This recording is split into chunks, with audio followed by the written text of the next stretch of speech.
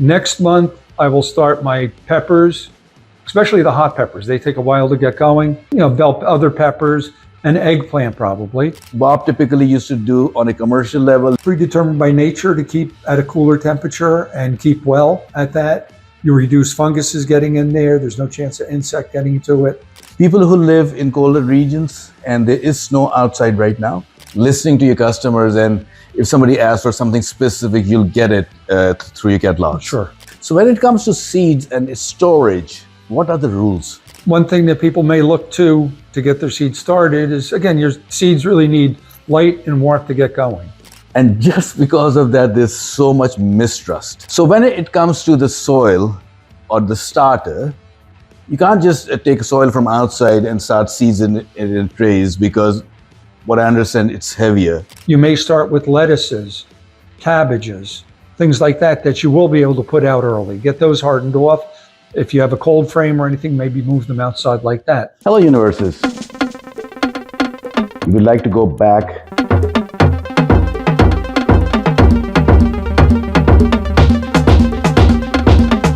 and let's be friends together.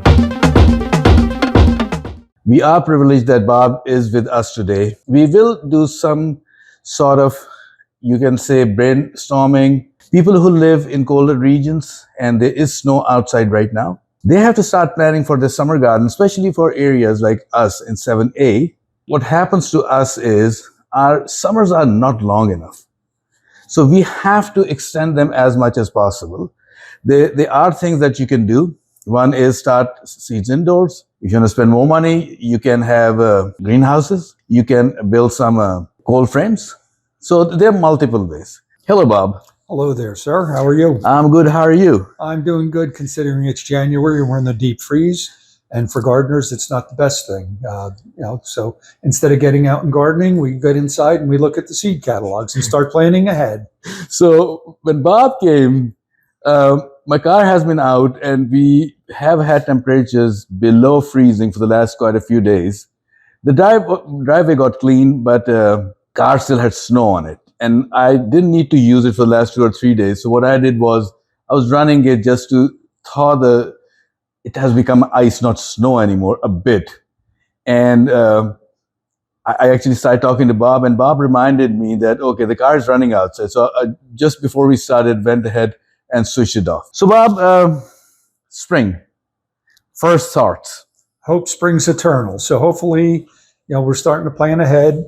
I've gone through my seed catalogs already, and a lot of the stuff that I needed to get, or I wanted to get.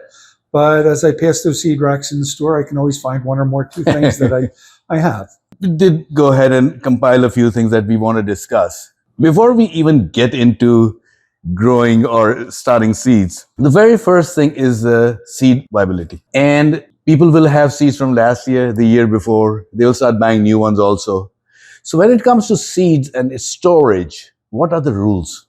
Well, it depends on the seed itself. Some things you want to get new seed because the seed doesn't keep that well. Other things you can keep seed for years. I think the key would be keeping it cool and keeping it dry.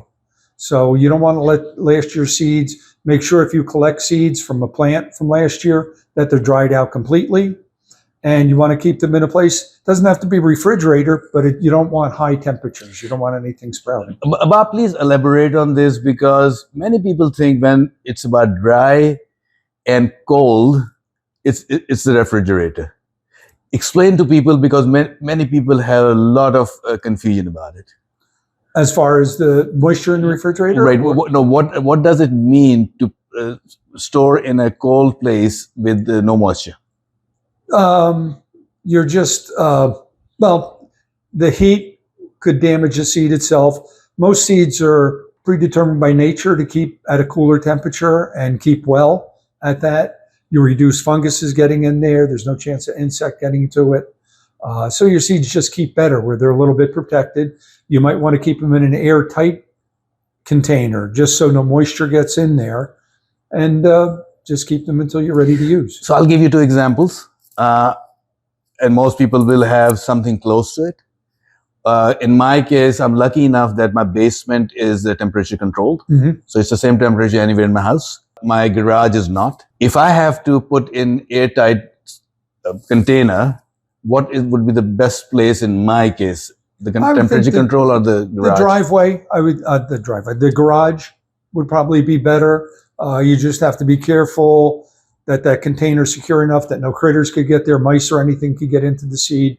But I would think that you have a more consistent temperature in the garage, and you really don't want a big temperature fluctuation. One other thing which people always say about in a cool, dark place, doesn't it really need to be dark? What will light do? I would prefer it. Again, there's less fungal activity, less activity that could damage that seed where it's dark instead of being in a well-lit environment. So Okay. I think it would just keep a little bit better where it's less light. And again, that in that less light, you have less temperature fluctuation. With your seed, you don't want that temperature going up and down. You want it pretty much at a steady temperature. So that was a little bit of how the last year's seeds have to be kept. Then we get crazy, and I know everybody goes through that.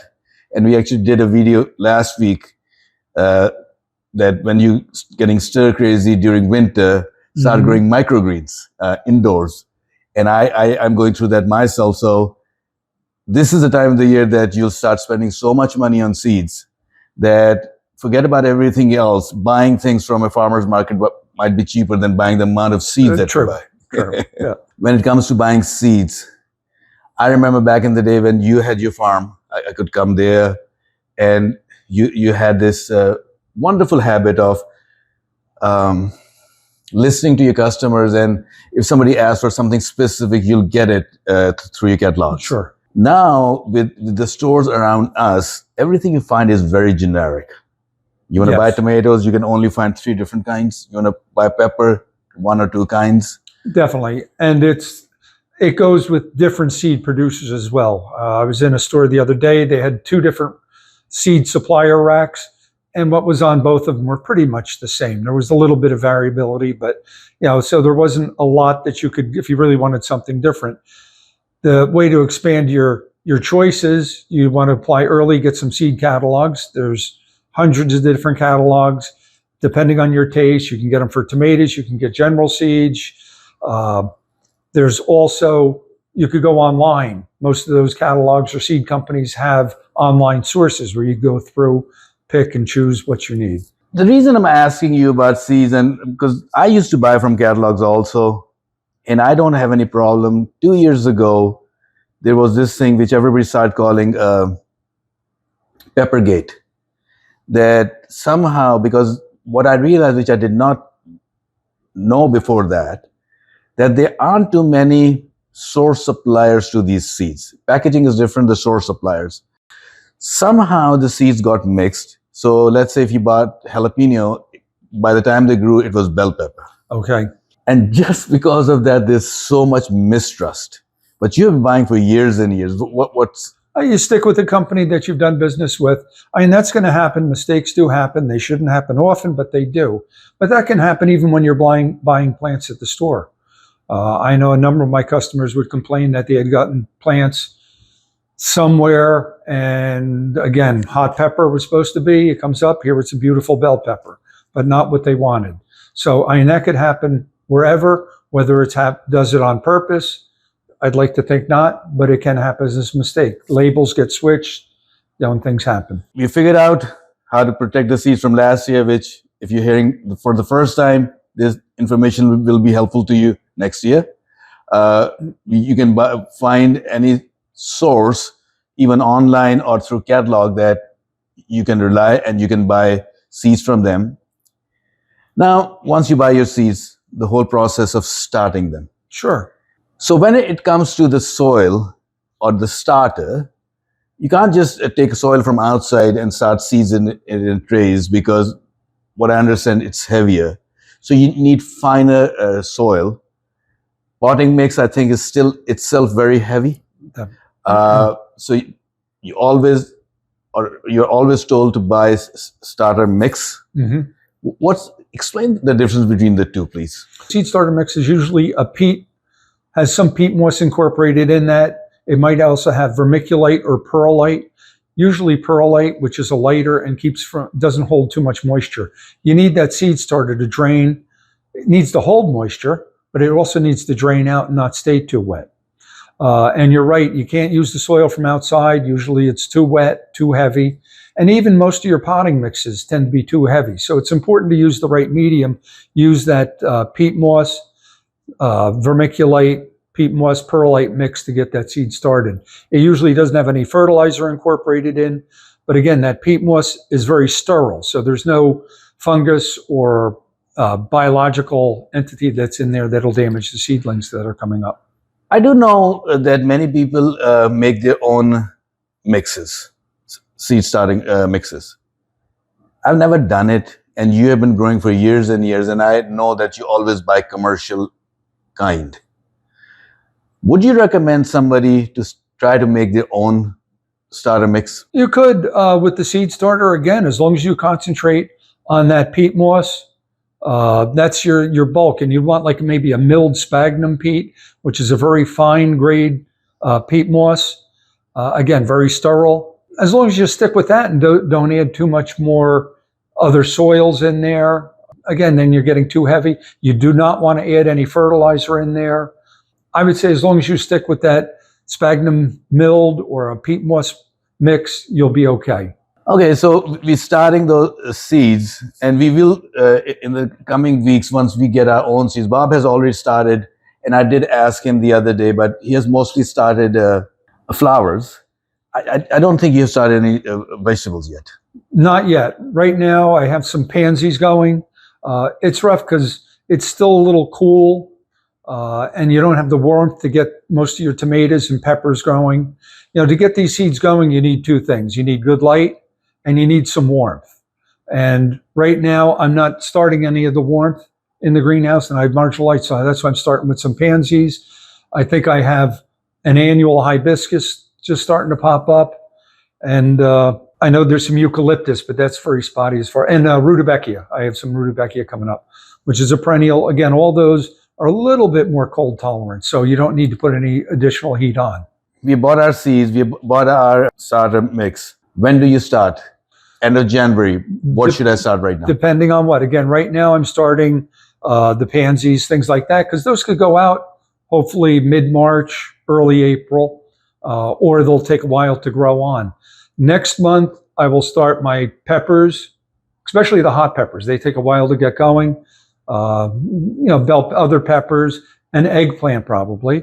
And also I'll probably get some lettuce, maybe some cabbage, because those could go out relatively early, maybe the end of March, early April, wishful thinking. So the whole concept, 4 to 6 weeks before your last frost, that's for summer plants only? Basically, because some things can go, your lettuces, cabbage, there are a number of things that can go out early. Some of your root crops, things like that, you could start early. So in cases like it has happened that we will get a snow in March. Oh, yeah. And in March, if I have my lettuces growing in my raised gardens, how much trouble do I get into, or do I need to cover them? You would need to cover them. You want to offer them some protection.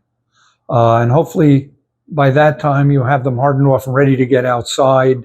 But that's something we'll get into later on. You could run into, you'd want to either make a cold frame or just keep them in until that weather looks cold. Then we already talked about January, what you can do, February, what about March? March, I will start more until, again, you're watching for that 4 to 6 weeks. You get into the end of March, I'll have a lot of the tomatoes will get going. I'll start other flowers like the zinnias, things like that. March to early April. Get into mid-April, then I'll start stuff like cucumbers, squashes, things like that, your summer vegetables. Now, when do you start your winter squash? That is until June. And just so you know, things have been shifting, and we have talked in many interviews with Bob, and with my own experience, I've explained to you that the frost light has been moving around a lot. What it used to be, what grandma used to tell, okay, start at this day or after Mother's Day or whatever the holiday could be, those rules don't apply anymore. So you have to really look into how the weather system is for that year. People used to look at Farmer's Almanac. That is a source, but nowadays you can go online and can find that information anywhere. Definitely. So once we started our seeds, eventually they'll start popping up. Yep. And we have done videos, and you can watch it, that Bob always does those in trays, and from there he picks every seedling and transplants into a bigger pot, which eventually goes outside. One thing that people may look to get their seeds started is, again, your seeds really need light and warmth to get going. So the light, right now with these plants, I haven't set up any growing lights or anything. I will set some up for the hot peppers especially, and also heat. And heat, the light you could use, there's a number of different plant lights. Right now, there's a lot more work to be done with LED lights, which don't heat as much and offer a good range of plant light needs. The other way is, other thing that you might want to do is use either heating cables, things like that to provide the warmth, to get that heating, seed mats, things like that to get that. I was about to get to it, because what I want to understand, what I've been doing, and I think that's where sometimes I fail also. When I start my seeds, I put them in my furnace room, which gets around 80 degrees. And then when I bring them outside, my house is around 70 degrees. Okay. Lights I've figured out, because I can do the lights properly. I have the right lights. Yes. And height. Do I still need to buy or have heat mats? Your light may give you enough warmth, depending on the type of light you're using, and depending on what you're starting. I wouldn't use them with tomatoes or anything like that, but definitely some of the hot peppers, things like that, you may see benefit from using either a soil heating cable or a seedling mat, a heating mat. So it depends on the situation, really. So you already alluded to LED, and I remember back in the day at your farm, you used to have fluorescent lights. And back then it was really fluorescent light, which was the cheaper one, but produced heat, and it was expensive to run. Right. What I've learned with LED lights, that the blue and the red, in terms of spectrum, it's very balanced. Yes. So you just need to move the height of it compared to, some of the lights also have brightness. Right. So you can lower or increase. You can adjust as needed. Yes. You need to spend a few $100s, but once you spend it, it's a long-term solution. So that's a recommendation that I will make. Bob typically used to do on a commercial level. He had a proper greenhouse. Now he's becoming a common man like us. So he has to figure some of those things out that we've been struggling through years. For years, I used the best light, which was the sun. The cheapest, but the most effective too. But unfortunately, inside now, I'm having a big adjustment. When we transplant, you transplant right away as soon as you see the true leaves, or what's your gauge? Again, it depends on the plant itself. Tomatoes, I usually wait till it's up a couple leaves. The first true leaves would be at least the beginning. And then it would depend on the root system. If it looks like they're almost ready, I will take a dibble or a pencil or something and just pull up one or two of the plants and see how the root system looks. If the root system looks weak, it's time to wait a little bit. Give it another week or so. In the last 2 years, we have made 2 videos, both with Bob, transplanting seedlings into bigger pots. Please go ahead and see. Everything is in the description. So we have the seedlings now. You have like 4 or 5 leaves. Okay. A month or 2 later. We've transplanted them into the bigger containers. Right, but it's still cold outside. But you have to harden them. How long do you wait, and when does hardening happen? Well, again, depending on the plant itself. Hardening, you want to take the plants that have been inside your nice house or greenhouse or whatever, and you will start acclimating them outside. So if you can, maybe take them out for a couple hours, get them out where the wind, the sun will affect them. If it looks like it's going to be cold or too windy, bring them back in until they adjust. It's a matter of adjustment, getting them ready to survive on their own outside from the house where they've been coddled a little bit more. So if we have already bought $200 worth of seeds, it would not be one tray. These are many trays. You can't keep on doing that every day. Is there any other easier solution? Well, again, a lot of it will be staggered. Like you'll have pepper seeds that might be ready where you've done, tomatoes, things like that aren't ready. So maybe you're only bringing a flat or 2 out at a time. And you're hoping you can get those into the ground. And you may start with lettuces, cabbages, things like that, that you will be able to put out early. Get those hardened off. If you have a cold frame or anything, maybe move them outside like that. Where your peppers and stuff like that, you're going to wait a little bit later. So last question, as we're hardening them, any other specific seedling care that one has to do? Well, you have to look at the plant itself, and a lot of it will be stuff that you've learned, hopefully, or that I can teach you. Stuff like basil, very tender as far as moving outside. So you got to be very careful. With your tomatoes, a little bit tougher. Cabbages, lettuces, things like that will be very easy to move outside. So it really depends on the type plant, what kind of care you need to give it. Again, basil, very susceptible to cool weather, wet weather, where your lettuces love the coldness, love the low temperatures. Bob, thank you so much. So this is the first part. We will do a second part. Thank you so much for watching. Keep on asking us questions. We do have the privilege of picking up Bob's brain. We do have a series going on, 1 Minute with Bob, where you can ask Bob specific questions that he loves to answer. If you ask in comments, Bob has access to this YouTube channel, and he can answer those questions directly to you. Thank you so much for watching. I hope you keep on watching. Again, I hope you learned something new. Like and subscribe, and we shall see you next week. Thank you so much. Thank you very much. We'll see you again.